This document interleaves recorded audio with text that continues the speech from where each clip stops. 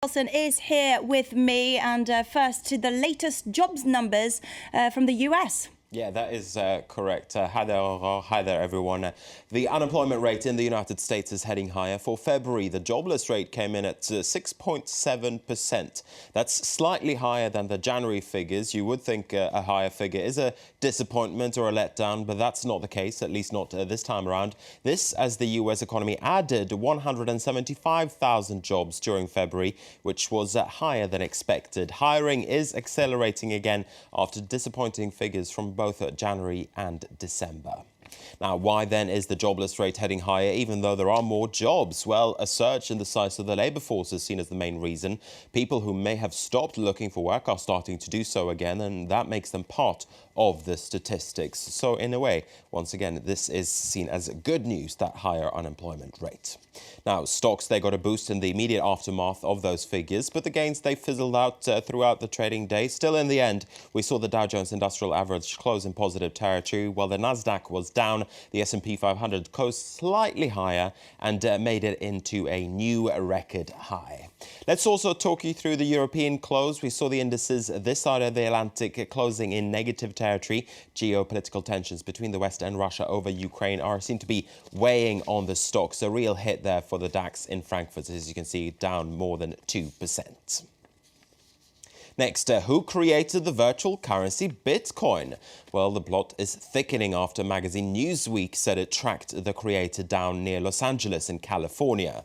The man, whose name is Dorian Nakamoto, didn't appreciate the attention, though, and more importantly, he denies having anything to do with Bitcoin. The question is, if not him, then who? Joe Tandy has more. Shrouded in mystery, the identity of Bitcoin's creator has sparked all kinds of speculation. Is it a man, a woman, or even a group of people working under a single pseudonym? Why did you create Bitcoin, sir? Thinking they'd found their man, reporters surrounded the home of a 64-year-old Japanese American in Temple City, California. Okay, I'm not involved in Bitcoin. On Thursday, American magazine Newsweek published an article claiming that Dorian Satoshi Nakamoto was the digital currency's long-sought-after inventor. The magazine claimed to have matched Nakamoto's name, education, career and writing style to those of the internet user who launched Bitcoin in a web forum in 2009. I want big one. Over a sushi lunch in Los Angeles, Nakamoto gave an exclusive interview to an Associated Press reporter denying Newsweek's claims.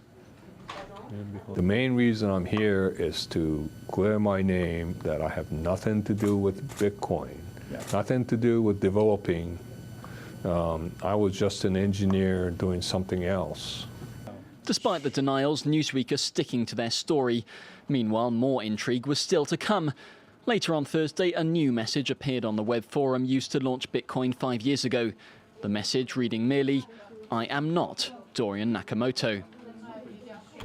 Operating without banks or credit card issuers, Bitcoin's become increasingly popular among tech enthusiasts and investors, as well as criminals like drug dealers. Bloggers speculate the currency's inventor is worth hundreds of millions of dollars in Bitcoin. Last December, the currency hit an all-time high, a single Bitcoin worth some $1,200 US. OK, we still have a couple of more stories to tell you about. French steel company Asco Metal has gone into administration. The move comes as its owners failed to reach an agreement with banks to restructure its debts. Up to 1,900 jobs also seem to be on the line. It's seen as another headache for the French government as it looks to reduce jobless levels. Asco Metal has been suffering due to the downturn in Europe, especially for car manufacturing. And investors, they're digesting a new first for the Chinese economy. The company Chaori Solar Energy has failed to make a $15 million interest payment. It means the solar panel maker is the first Chinese firm to default on its onshore corporate bonds. The government has previously bailed out companies in a similar seat in China to preserve confidence in the country's credit system. The default brought jitters to Chinese markets earlier, but some say that this could actually be good news, showing that the Chinese economy is maturing. That is the business news for now, and I'm going to hand it back to you. Thank you very much for that, Marcus. And it's time now to take a look at what's buzzing in